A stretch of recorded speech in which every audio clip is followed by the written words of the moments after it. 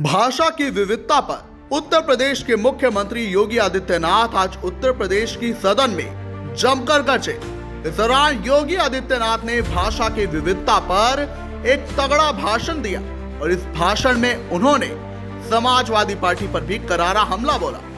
आपको बता दें कि उन्होंने इस भाषण का एक वीडियो सोशल मीडिया पर भी शेयर किया है, जहां पर उन्होंने समाजवादी पार्टी पर हमला बोला है और कहा है कि उर्दू की ये वकालत जो है की जा रही है, लेकिन जो हिंदी की बेटियां हैं, उन्होंने हिंदी की उपभाषाएं जिनमें कि बुंदेलखंडी, मगधी, भोजपुरी, ब्रज भाषा, इन सब को उन्होंने कहा कि इन सब में भी व्यक्तियों को बोलने का अधिकार है। लेकिन ऐसे कई लोग हैं जो उर्दू की वकालत करते हैं मगर हिंदी की उपभाषाओं को बोलने नहीं देते। सुनिए योगी का ये दमदार भाषण। उत्तर प्रदेश के विभिन्न बोलियों को, भोजपुरी, अवधी, ब्रज और बुंदेलखंडी को इस सदन में सम्मान मिल रहा है और हमारी सरकार तो इन सब के लिए एक एकेडमी का भी गठन, अलग अलग एकेडमी के गठन की कार्रवाई को भी आगे बढ़ा रही है। ये सभी हिंदी की उपभाषाएं हैं, यानी हिंदी की बेटियां हैं। भाषा की समृद्धि के आधार हैं और हमें इसका स्वागत करना चाहिए। ये सदन साहित्य केवल विशुद्ध साहित्यिक और व्याकरण से के विद्वानों की नहीं है, आम जन का प्रतिनिधित्व करने वाले माननीय सदस्य समाज के विभिन्न तबके से आए हैं। अंतिम पायदान पर बैठे हुए व्यक्ति की आवाज को भी इस सदन में मुखरता मिले,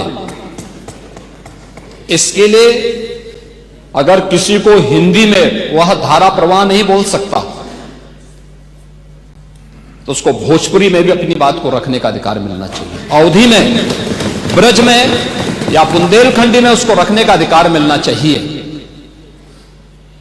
ये कौन सी बात हो गई कि भोजपुरी में ना बोले, अवधी में ना बोले, इसका विरोध है, विरोध अंग्रेजी का, बुंदेलखंडी में ना बोले और उर्दू क्या वकालत कर रहे हैं। ये बड़ी विचित्र बात है। आप मुझे बताइए, मैं इसीलिए कहता हूं कि आप समाजवादियों का चरित्र ही इतना दोहरा हो चुका है, इतना दोहरा हो चुका है कि अपने बच्चों को भेजेंगे इंग्लिश पब्लिक स्कूल में और दूसरों के बच्चों को बोलेंगे कि एक गांव के उस विद्यालय में पढ़े जहां संसाधन भी नहीं है।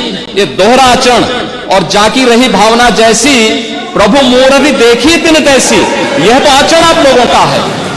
इसीलिए आपने कल भी भोजपुरी का विरोध किया, अवधी का विरोध किया, बुंदेलखंडी का विरोध किया और आप लोग अपने दैनिक जागरण में, दैनिक जीवन में इस प्रकार के आचरण के आदी हो चुके हैं।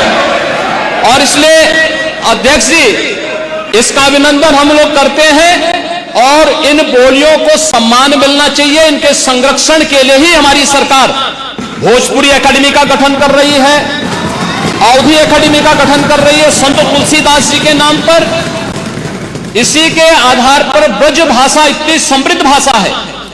सूरदास जी ने अपनी सभी रचनाएं उसी भाषा में दी हैं। संत तुलसीदास जी ने अपनी कालजयी रचना रामचरितमानस, जो इस सदन में ही नहीं, उत्तर भारत के अंदर और भारत से प्रवासी हुए जितने भी ऐसे लोग हैं जो मॉरिशस में या दुनिया के फिजी में या दुनिया के किसी देश में गए, उनके संकट काल में रामचरितमानस ही तुलसीदास जी का अवधी भाषा में रचा गया, रामचरितमानस ही उनका सहारा बना था।